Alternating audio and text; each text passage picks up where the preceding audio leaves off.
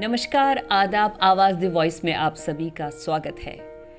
नए साल की बहुत बहुत शुभकामनाएं। आज नया साल शुरू हो चुका है। हमारे स्टूडियो में है हमारे खास मेहमान साकिब, जो कि एक हिस्टोरियन है। आइए इनसे जानते हैं कि नया साल क्या होता है हिंदुस्तान में और इसकी इम्पोर्टेंस क्या है। सबसे पहले तो उनका स्वागत करते हैं। साकिब जी, आपका बहुत बहुत स्वागत है। बहुत बहुत शुक्रिया अंजलि जी, मुझे यहाँ पर बुलाने के लिए, और आप सभी को, आपको भी नए साल की शुभकामनाएं। Thank you. ये भारतीय कैलेंडर जो है हमारा, इसमें नया साल जो है ये कब शुरू होता है और इसकी इम्पोर्टेंस क्या है? असल में सबसे पहले तो हमें यह समझना होगा कि जब हम भारतीय कैलेंडर कहते हैं तो हम भारतीय कैलेंडर किसे कहते हैं। तो सबसे पहले भारत में असल में बहुत सारे कैलेंडर प्रचलन में हैं और हमेशा से रहे हैं। तो एक कैलेंडर है जिसे कि हम शक संवत कहते हैं जी, जिसे कि जब भारत आज़ाद हुआ तो सबसे पहले भारत में एक सरकार ने एक कमेटी बनाई थी। मेघनाथ साहा साहब बहुत ही मशहूर साइंटिस्ट थे, वो उसके अध्यक्ष थे, और उसका काम ये था कि भारत का एक नेशनल कैलेंडर हो। उन्होंने ये तय किया कि ये नेशनल कैलेंडर ज़रूरी है, और इसकी कई वजह थी। एक तो उस ज़माने में डिबेट आम थी, और आज भी है। आपको ये जानकर बड़ा अजीब लगेगा कि जिस ईस्वी को हम मानते हैं, ग्रेगोरियन कैलेंडर को सबसे ज़्यादा हम इस्तेमाल करते हैं, उसे लेकर साइंटिस्ट्स का भी ये कहना था, और दुनिया में एक आम ये चलता रहा है। जो लोग कैलेंडर के माहिर होते हैं वो इस पर बात करते हैं कि ग्रेगोरियन कैलेंडर असल में सबसे ज़्यादा अनसाइंटिफिक कैलेंडर माना जाता है। उसकी बहुत सारी परेशानियां हैं। तो ग्रेगोरियन कैलेंडर के बजाय एक दूसरा कैलेंडर सिस्टम हो जो कि ज़्यादा साइंटिफिक हो और जो कि आपकी सभ्यता के भी करीब हो, लेकिन ज़्यादा ज़रूरी उसका साइंटिफिक होना ज़्यादा ज़रूरी था। तो ऐसा कैलेंडर हो, तो उसके लिए कमेटी बनाई गई, जिसके बाद उसने ये पाया कि हिंदुस्तान में बहुत सारे, जैसे कि मेघनाथ साहा साहब ने जब पहली मीटिंग हुई तो पहली मीटिंग में ही उन्होंने कहा कि हमें कम से कम 30 बड़े कैलेंडर भारत में दिखाई देते हैं, और 4 अकेले तो बनारस शहर के अंदर हैं। अच्छा। तो ये एक ख़ास चीज़ थी कि उन्होंने ये तय पाया। उसके बाद शक संवत को हमने नेशनल कैलेंडर की जगह दी, लेकिन बाकी कैलेंडर्स का भी इस्तेमाल लोकल लेवल पर और कुछ रिलीजियस काम के लिए रखा गया। शक संवत को इस तरीके से, शक संवत लगभग आपका 78 ईयर्स पीछे चलता है आपके जो एडी कैलेंडर होता है उसके मुकाबले। तो वो उसके हिसाब से उसमें तय किया गया, उसमें महीने डिवाइड किए गए और उसे पूरे तरीके से आपके सामने रखा गया। तो ये हमारा नेशनल कैलेंडर है।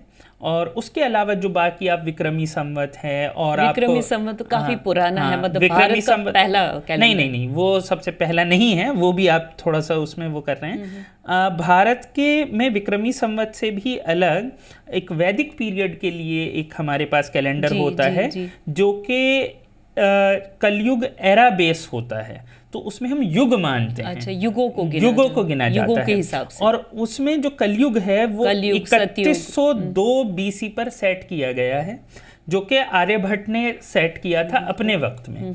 और आर्यभट्ट ने, और इस पर भी काफ़ी बहस है, क्योंकि आर्यभट्ट की 3102 वाले से भास्कराचार्य उतना एग्री नहीं करते थे। फिर उसकी भी बहुत सारी कहानियाँ हैं, लेकिन उसे वहाँ पर सेट किया गया है और उसके हिसाब से चला है। लेकिन वो फिर कैलेंडर सिस्टम की पूरी एक साइंस है, उसके अकॉर्डिंग है। लेकिन हाँ, ये पक्का है कि हिंदुस्तान में बहुत पहले से बहुत से कैलेंडर रहे हैं शक संवत से पुराने। महावीर कैलेंडर अलग है, जिसे जैन धर्म मानता है। आपके पास बुद्ध धर्म का अलग है। धार्मिक से अलग, धर्मों ने इन्हें अलग अलग वक्त पर अपनाया है, लेकिन ये धार्मिक कैलेंडर नहीं है। अलग अलग वक्त पर उस ज़माने के जो स्कॉलर्स हैं उन्होंने कैलेंडर बनाए, प्रेजेंट किया। हाँ, और उसे अलग अलग धर्मों ने अपने हिसाब से इस्तेमाल किया। और सबसे ज़्यादा मज़ेदार इसमें यह भी है कि अगर मैं इसे थोड़ा फैला कर बात करूं तो इसमें उज्जैन शहर का उल्लेख बहुत ज़्यादा ज़रूरी है कि उज्जैन शहर में बैठकर ज़्यादातर ये कैलकुलेशन हुआ करती थी, और इन कैलकुलेशंस का अपना इस्तेमाल था। तो ऐसे में जो नया साल है वो इस चीज़ से शुरू करते हैं, जो भारतीय तरीका है वो इस चीज़ से शुरू करते हैं कि जबकि वो ये मानते हैं कि किस तरीके से साइकिल्स, जो सोलर साइकिल है वो कहाँ पर शुरू होगी, वो कैलकुलेशन है।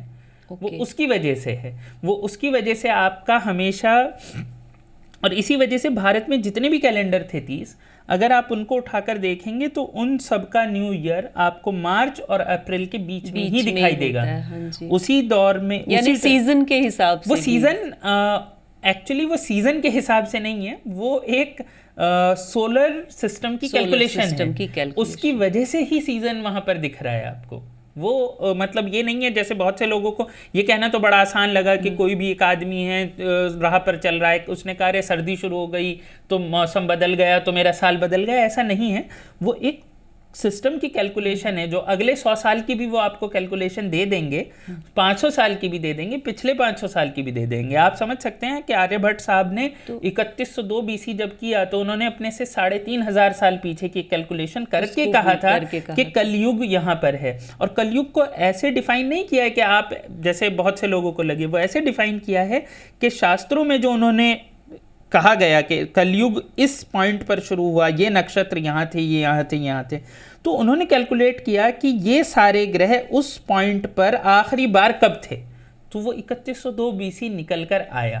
वो कैलकुलेशन है, तो ये कैलकुलेशन की वजह से एक तरह का ये मैथ है, मैथमेटिक्स एक तरह का नहीं, ये मैथमेटिक्स की बहुत ही हाई लेवल है।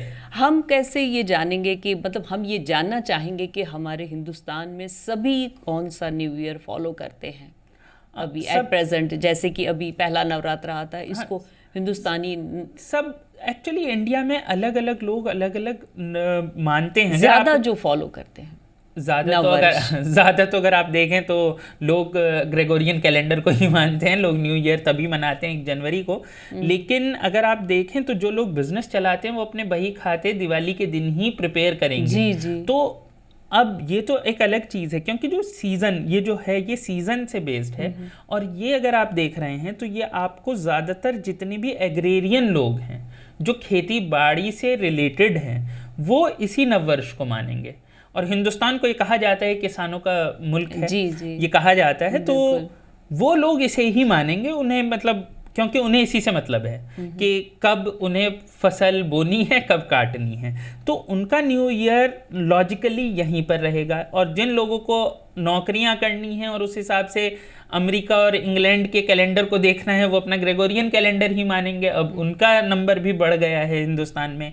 इसी तरीके से आप देखें जिन लोगों को बही खाते प्रिपेयर करने होते थे उनका नंबर हमेशा से कम था, तो वो एक आम जनमानस का न्यू ईयर कभी नहीं बनेगा जी। ऐसे ही बहुत से और भी ऐसे न्यू ईयर्स हैं हिंदुस्तान में, जैसा मैंने अभी कहा 30 से ज्यादा। पारसी लोग अलग हैं, नवरोज अलग है, मुस्लिम्स के पास अपना एक कैलेंडर है, शिया के पास अपना मतलब मुस्लिम्स का अपना कैलेंडर होगा, बुद्धिस्ट का अपना कैलेंडर होगा, इंडिया के अलग अलग इलाकों में अलग होगा, तमिलनाडु में कुछ और होगा। जी, जैसा कि साकिब ने कहा कि इसमें जो है कि खास तौर पे ये जो मार्च और अप्रैल के बीच में ही कि सब लोग मैंने देखा है कि जैसे ये सब उसी में होगा, उसी में बैसाख होगा, उसी में सब उसी में बैसाख होगा, उसी में नवरात्र होगा, उसी में पोंगल, ये सब चीजें एक ही उसमें लगभग एक साथ आएंगी। क्योंकि कैलकुलेशन में थोड़ा बहुत आगे पीछे कुछ डेज, हाँ, उसकी वजह ये है क्योंकि जिस वजह से लीप ईयर वगैरह भी है कि हमारा जो सोलर सिस्टम है वो बिल्कुल ऐसे नहीं है कि 30 दिन में ही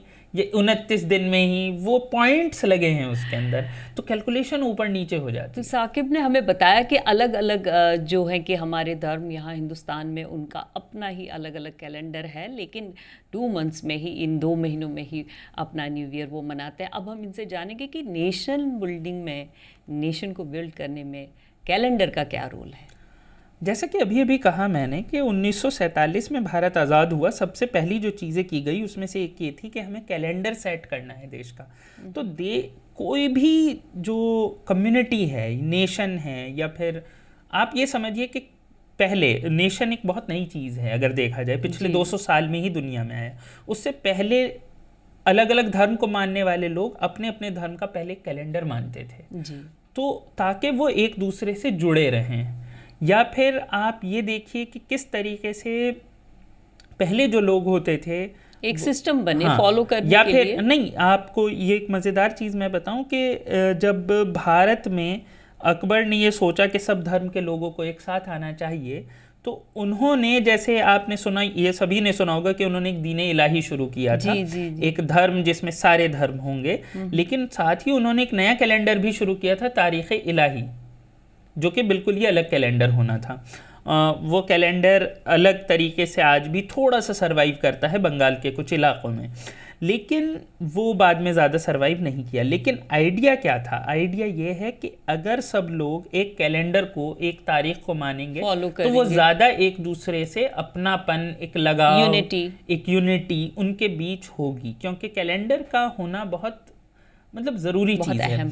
लेकिन यहाँ पर मैं ये बताना चाहूँगा, मतलब थोड़ा सा टॉपिक से हटकर, कि आमतौर पर इस चीज़ को नहीं समझा जाता है कि कैलेंडर का होना ये किस तरीके से, मतलब लोग बाग इस बात चीज़ को नहीं देखते हैं। लोग इसे लेकर चलते हैं कि मर्दों ने बनाया होगा, हर कुछ मर्दों का ही नाम आ जाता है, लेकिन कैलेंडर पूरे तौर पे एक औरतों का बनाया हुआ तंत्र है।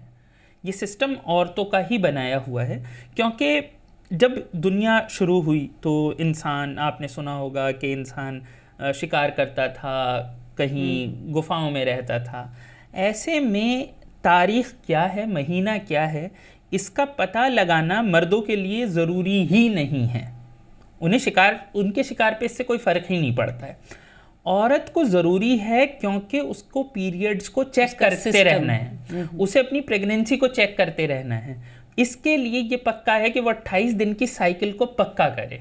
28 दिन की साइकिल भी कैसे बढ़ रही है, घट रही है, ये उसे सबसे पहले चांद बताएगा, क्योंकि चांद रोज घटता है, रोज बढ़ता है, 15 दिन में घटता है, 15 दिन उसे में बढ़ता पता है कि अब क्या हो रहा है, आप कहाँ तक गए हैं, कहाँ पर आप कम हो रहे हैं। इसीलिए जो ल्यूनर कैलेंडर्स हैं वो आमतौर पे ज़्यादा पुराने हैं, और आगे जाके मर्दों को ज़रूरत तब पड़ी जब वो खेती करने लगे, तो उन्हें सीजन डिफाइन ज़रूर करना पड़ा। तो उस वजह से वो लोग थोड़ा सीजन के हिसाब से हम खेती बाड़ी करनी है। तो इसलिए ये भी हमें जानना चाहिए कि कैलेंडर को जब हम न्यू ईयर मनाते हैं तो कहीं ना कहीं, जिसे हम कहते हैं स्त्रीत्व, हम उसको सेलिब्रेट कर रहे होते हैं, हम विमेनहुड को सेलिब्रेट करते हैं।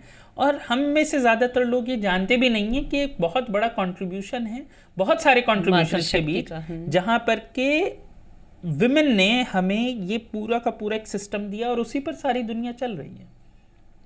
तो बहुत अच्छा लगा। और जैसा कि आपने कहा कि इस सिस्टम को हम फॉलो करते हैं, सेलिब्रेट करते हैं, ये हमारे लिए एक उत्सव है।